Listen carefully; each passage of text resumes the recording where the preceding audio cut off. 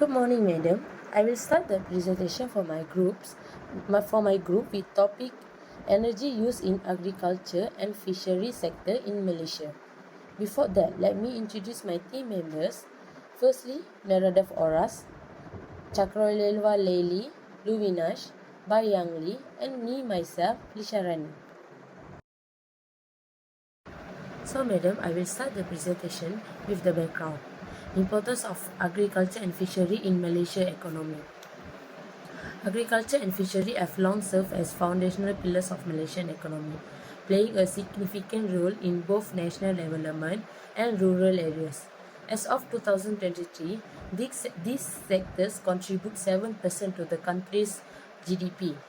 While this may seem modest compared to other countries, the importance of agriculture and fishery goes far beyond numbers. In rural areas, especially, they remain vital source of employment, supporting millions of Malaysians directly and indirectly. Key exports commodities such as palm oil, rubber, and seafood have positioned Malaysia as a competitive player in global markets. These exports not only generate foreign income but also help stabilize the national trade balance. Recognizing the importance of these sectors for food security, income generation, and economy resilience, the Malaysian government continues to implement supportive policies and modernization efforts. This includes encouraging the adoption of technology, enhance infrastructure, and promoting sustainable practice to ensure that agriculture and fishery remain robust and competitive in the years to come. Now, let's move on to the energy use in the sector. Energy play a crucial role in supporting the operation of both the agriculture and fishery sector in Malaysia. In agriculture, one of the most visible use of energy is in mechanization, particularly in tractors, which are widely used in paddy farming areas such as Kedah and Perlis. These machines help increase productivity and reduce labor intensity.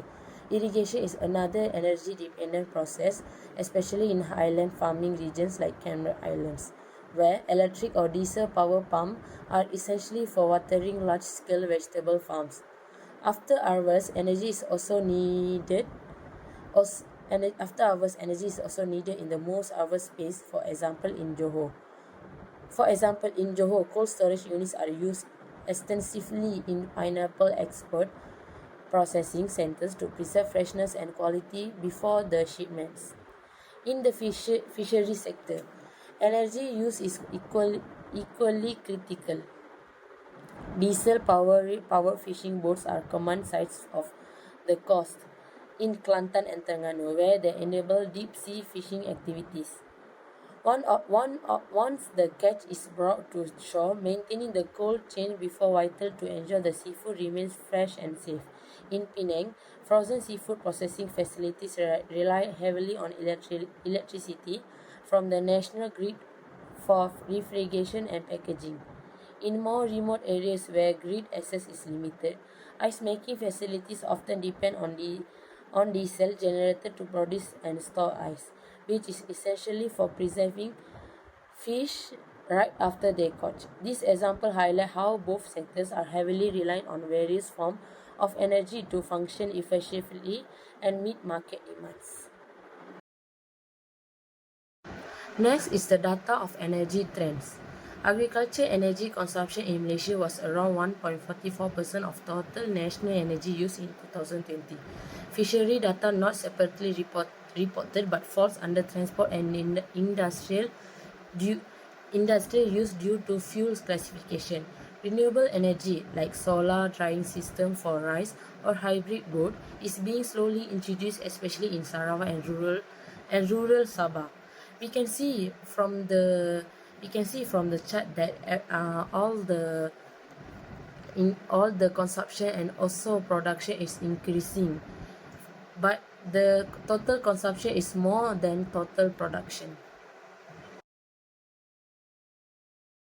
This is our presentation roadmap, where it starts with introduction and energy content, sectors overview and energy demand, energy issues, government policies and initiatives, Lastly, case studies and conclusion.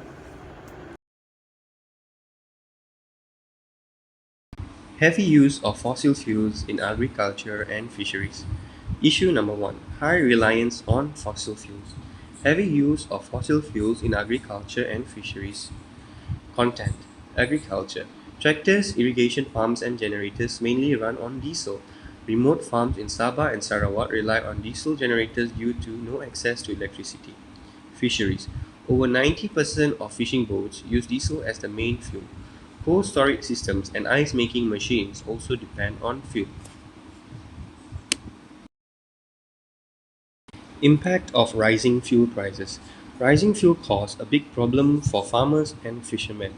Agriculture impact. Planting, harvesting, and irrigation costs increase. Small farmers struggle to afford daily operation. Fishery impact.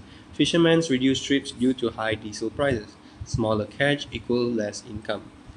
Real data. In 2022, Malaysian fishermen reported up to 40% income loss during two fuel price hikes. As we know that the government has reduced the subsidies on diesel price and diesel has increased. Issue number two: low energy efficiency and outdated technology. Old equipment means wasted energy. Problem: many use old tractors, boats, and engines. These consume more fuel but give low output. Example: traditional boats use more fuel than modern hybrid or solar powered boats. Why this happens? Because smallholders can't afford to upgrade. Lack of awareness about energy efficient tools, and most of the time fishermen don't afford to buy a better boat and they use the old one instead. What about the environmental impact? Pollution from energy used in the sector. Air pollution.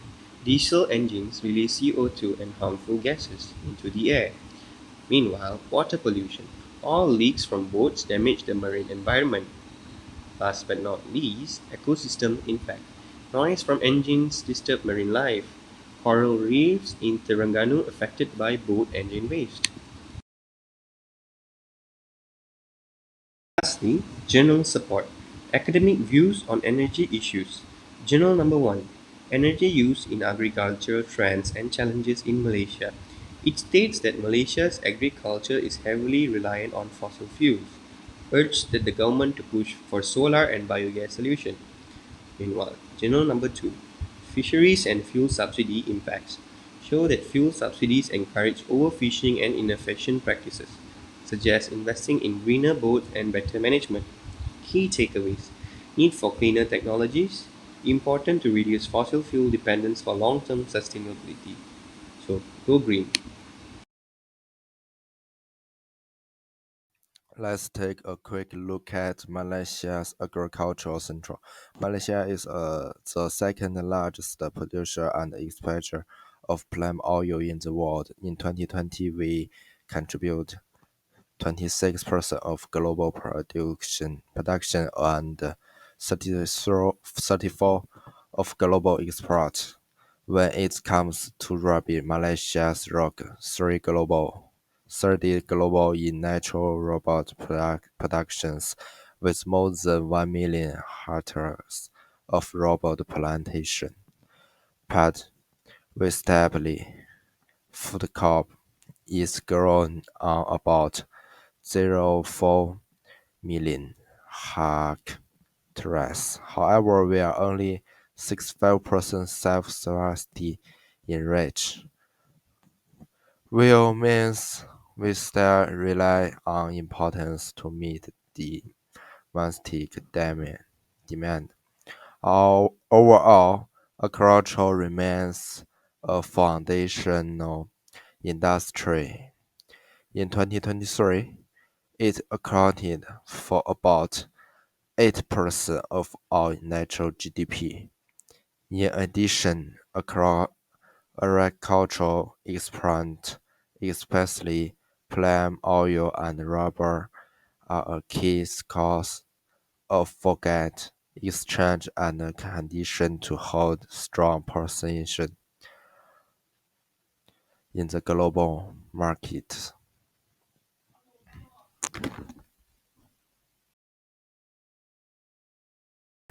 Now let's take a look at Malaysia's fishery central.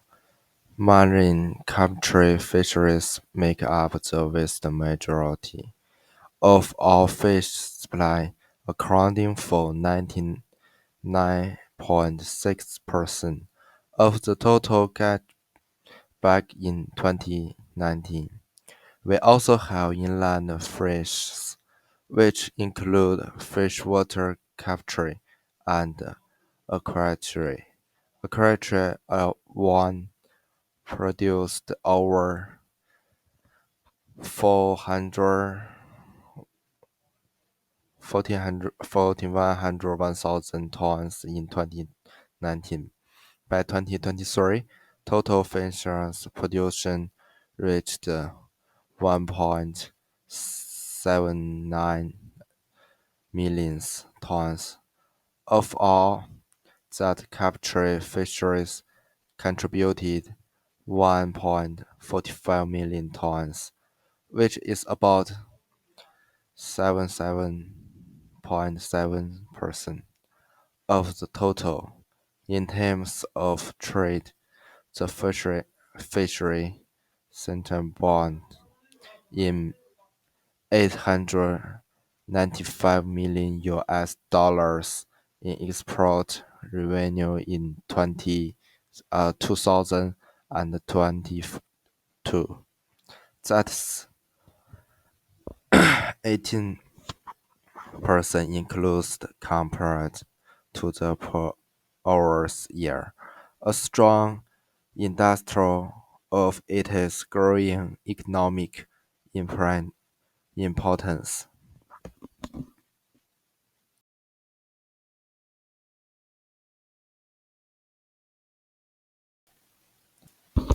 Farmers use diesel to run machines like tractors and harvesters. Now, diesel engines are better now. They are used less fuel and makes less pollution. Malaysia has a lot of waste from oil palm trees and wood. This waste can be used to make electricity or fuel. It's clean and good for the environment. Part 3. Electricity in farmer. Electricity is used for things like water pumps and machines that produce food. In the future, farmers will use more electricity to make work fast and smart.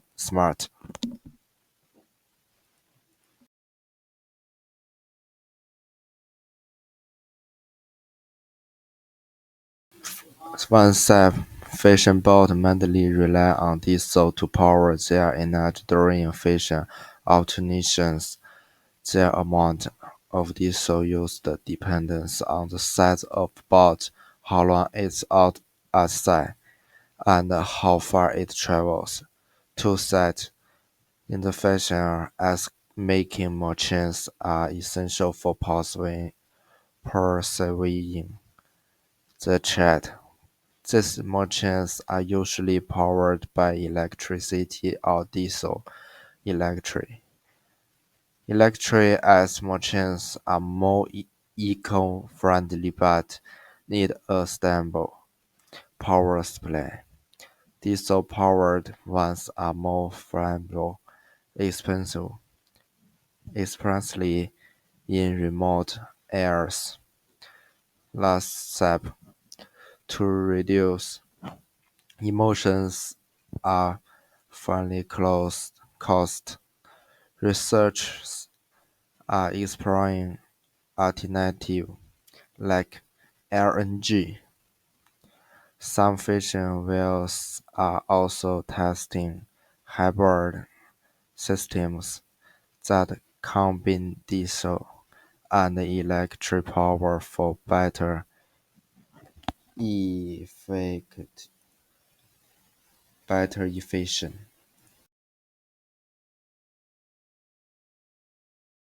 In agriculture, the main Energy sources are diesel, biomass, and electricity. Freshers, on the other hand, rely mostly in diesel and electricity. 2. Agriculture use energy for machine-like tractors, for irrigation systems, and for post-harvest crops.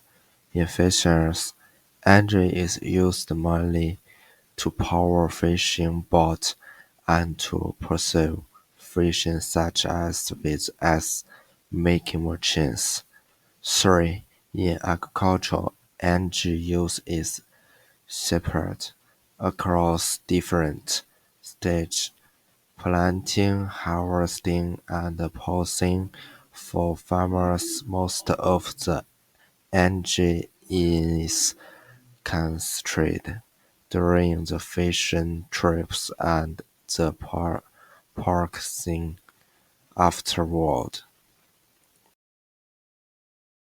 Both central rely heavily on diesel. This makes them vulnerable to fluctuations and supply issues, especially in rural or remote areas. 2. Empowering energy electric is key. Using energy-saving technologies and optimizing production process can help reduce costs, lower emissions, and increase overall competitiveness. 3. Energy use in both sectors contributes to environmental problems like greenhouse gas emissions and air pollution. To support long-term sustainability. Both industries must take steps to reduce these impacts. Those cleaner energy sources, better technologies, and greener practices. Hi everyone, my name is Lydia Churiklieva. Now I will explain about policy overview, National Energy Policy 2022-2040. Malaysia National Energy Policy 2022-2040 was launched by the Economic Planning Unit to guide long-term energy planning in the country. Its vision is to create resilient and sustainable energy system while supporting economic development. For the agriculture sector and fishery sectors, the policy emphasizes improving energy access in rural areas, especially where farmers and fishermen struggle with the inconsistent supply of high fuel costs. The national energy policy promote cleaner alternatives like solar pump for irrigation, biogas system using farm waste, and hybrid boats for fishery. These efforts are supported through the broader of National Renewable Energy Policy and Malaysia's climate change agenda, targeting net zero emissions by 2050. Next slide is about fuel subsidy for fishermen and green tech support. In Malaysia, the government provides significant support to the fisheries sector through various subsidies and incentives. Fishermen benefit from subsidized diesel price of 1.65 ringgit per liter with a monthly allocation of 70 liters per fisherman. This initiative, managed by the Fishery Development Authority of Malaysia, Lembaga Kemudian Ikan Malaysia, aims to alleviate operational costs and support the livelihoods of over 51,000 fishermen nationwide. Additionally, the government offers a subsistence allowance of 300 ringgit per month for coastal fishermen and 250 ringgit for inland fishermen. Between 2018 and 2022, the total expenditure on this allowance amounted of 622.888 million ringgit, reflecting the government's commitment to easing the financial burdens of this in the fishing industry. Beyond financial assistance, there are also incentives for adopting renewable energy technology. These include grants for installing solar irrigation pumps in farms, support biogas systems that convert agriculture waste into energy, and incentive for adopting hybrid fishing boats. This initiative aims to promote sustainability and reduce reliance on traditional energy sources. Next slide is about renewable energy initiative in agriculture and fishery. In Malaysia, the government is actively promoting renewable energy adoption in agriculture and fishery to enhance sustainability and reduce environmental impact. For agriculture, solar irrigation pumps are being introduced to replace diesel power systems. These solar-powered pumps provide farmers with reliable and cost-effective water sources, reducing operational costs and promoting sustainable water management. In the fishery sector, the Feed-in Tariff 2.0 program offers incentive for biogas energy production, with the 50 million watts quota allocated for 2025. This initiative encourages the conversion of agriculture waste into renewable energy, supporting both energy needs and waste management. Additionally, the government has allocated 150 million ringgit under food security and food to modernize the fishing fleet. This includes the introduction of hybrid fishing boats, aiming to reduce fuel consumption and emissions, while enhancing the efficiency of fishing operations. Next slide is about implementation and challenges. Barriers to renewable energy adoption in agriculture and fishery. While Malaysia has made strides in promoting renewable energy in agriculture and fishery, and several challenges persist. Budget constraints remain a significant barrier. Despite increased allocation, funding is still insufficient to support widespread adoption of renewable technology in rural areas. For instance, the Green Technology Financing Scheme has a limited budget, restricting the number of projects that can be supported. Accessibility issues also pose challenges. Rural and coastal areas often lack the necessary infrastructure to implement renewable energy solutions effectively. Geographical challenges further complicate the installation and maintenance of these systems. Awareness deficits are another hurdle. Many farmers and fishermen are unaware of available subsidies, incentives, and renewable energy options. Comprehensive training programs are needed to educate stakeholders on the benefits of an operation of renewable energy technology. Lastly, coordination shortcomings between agencies involved in renewable energy initiatives can lead to inefficiency.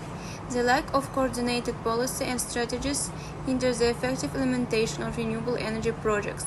Addressing these challenges is crucial for the successful integration of renewable energy in Malaysia agriculture and fishery sectors. Next slide is about policy evaluation, assessing the impact of renewable energy policy in agriculture and fishery. Evaluating the impact of renewable energy policy reveals several successes. We have seen increased adoption of renewable technology like solar irrigation system, biogas plants, and hybrid fishing boats. These initiatives have enhanced energy access in rural and coastal communities, reducing reliance on traditional fuels and leading the economic benefits such as the cost saving and improved productivity for farmers and fishermen. However, challenges remain. Some remote areas still lack access to renewable energy infrastructure. Additionally, there are significant awareness and education deficits among stakeholders regarding available subsidy, incentive, and renewable energy options. Coordination among various agencies has also been fragmented, leading to inefficient policy implementation. To address these gaps, future improvements should focus on expanding outreach programs to raise awareness about the benefits of renewable energy and support available. Investing in infrastructure development will ensure that underserved areas gain access to renewable energy solutions. Furthermore, establishing a centralized body to streamline efforts and ensure cohesive policy implementation will enhance the effectiveness of these initiatives. Hi everyone, my name is Aras and I would like to proceed with conclusion part of our presentation. So let's delve into our first case study, which focuses on energy practices in our rice farm located in Second Chan, Selangor. This region is renowned for its mechanized rice farming, which, while boosting productivity, also leads to substantial energy consumption. Diesel plays a significant role, primarily powering tractors and irrigation pumps, accounting for about 32% of the total energy input in rice production. Electricity is also heavily utilized, especially for irrigation, given the high water demands of rice crops. Overall, the energy input averages around 44.33 gigajoule per hectare, with irrigation being the most energy-intensive operation. These practices pose challenges, notably the high reliance on non-renewable energy sources, rising concerns about environmental sustainability. To address these issues, farmers in Sikhinchan have embraced innovative solutions. Precision farming techniques, utilizing Internet of Things devices and sensors, enable real-time monitoring of environmental conditions, facilitating data-driven decisions for efficient resources management. Smart irrigation systems automatically adjust water flow based on real-time data, optimizing water usage and reducing waste. Additionally, the adoption of solar-powered irrigation systems in areas without electricity offers a sustainable and cost-effective solution for water management. These advancements have led to increased efficiency in resource utilization and enhanced sustainability, positioning Sikhinchan as a model for modern energy conscious rice farming. So moving to our second case study, we examine energy use in a coastal aquaculture setting at the Situ wetlands in Terengganu. This area is known for its brackish water, cage culture, cultivating species such as grouper and sea bass. The aquaculture operations here are energy intensive, with significant electricity consumption for water pumping and aeration systems. Additional diesel-powered boats are used for daily activities like feeding, maintenance, and harvesting, leading to high fuel consumption. These practices present challenges, notably escalating operational costs due to rising fuel prices and environmental concerns stemming from fossil fuels reliance. To address these issues, innovative solutions have been implemented. The integration of solar-powered aeration systems has significantly reduced electricity consumption. Energy-efficient pumps and machinery have been adapted to lower overall energy usage. Furthermore, smart monitoring and systems utilizing Internet of Things devices have been introduced to monitor water quality and optimize feeding schedules, thereby reducing unnecessary energy expenditure. The outcomes of these initiatives are promising. Farms have experienced cost savings through reduced energy expenses, a lower environmental footprint due to decreased reliance on fossil fuels, and improved productivity with enhanced fish growth rates and health, thanks to optimized environmental conditions. So after examining both case studies, we can draw several key insights. So first, it's clear that energy dependence is high in both the rice farming and aquaculture sectors. Diesel and electricity are the main energy sources, with irrigation and irrigation identified as the most energy-consuming activities. Second, rising operational costs, particularly fuel expenses, are placing pressure on farmers and aquaculture operators. Many still rely on older, inefficient equipment that consumes more energy than necessary. Third, there is a notable environmental impact due to the reliance on fossil fuels. These sectors contribute significantly to greenhouse gas emissions, highlighting the urgent need for green energy solutions. Fourth, the integration of technology offers a promising path forward.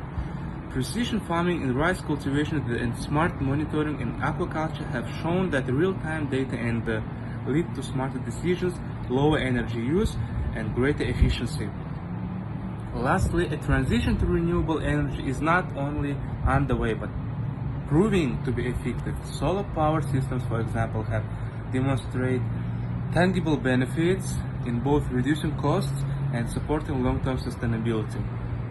These lessons underline the importance of innovation and investment in sustainable energy practices for the future of Malaysia agriculture and fishery sector. So, Now, let's recap major findings from our presentation on energy use in Malaysia's agriculture and fishery sectors. Both sectors rely heavily on energy, especially diesel and electricity, making them highly sensitive to fuel price fluctuations and environmental regulations. From our case studies, we saw that rice farming in Sikinchan involves significant diesel price use, particularly for machinery and irrigation. However, farmers are beginning to adapt solar-powered pumps and precision farming tools to improve efficiency and sustainability. In six-use aquaculture farms, energy is largely used for irrigation and operations via electricity and diesel-powered boats. These farms are also transitioning to solar-powered systems and smart technologies for better energy management. And common challenges across both sectors include rising energy costs, reliance on non-renewable sources, and inefficiencies in outdated equipment. However, there are promising developments. Renewable energy options like solar irrigation and aeration systems are increasingly being adopted. Smart technologies such as Internet of Things sensors and automated systems are enhancing decision making and reducing waste. Energy efficient equipment is becoming more accessible. Most importantly, there is momentum. Increased awareness along with support from the government and private sector is accelerating the transition to sustainable energy efficient practices. This advancement not only reduces cost and environmental impact but also position Malaysia as a forward-thinking leader in sustainable agriculture and aquaculture. Well, to conclude, let's look at practical recommendations to improve energy use in Malaysia agriculture and fishery sectors. First, we need to actively promote the adoption of renewable energy. This includes government subsidies and incentives for solar-powered systems such as irrigation pumps and aerators. In remote areas, developing microgrid solutions could provide a stable, clean energy supply where conventional infrastructure is lacking. Second, modernizing equipment and infrastructure is crucial. Many farms still use outdated machines that consume excessive energy. Encouraging a shift to energy-efficient models and supporting the installation of low-energy systems for irrigation and filling will make a big difference.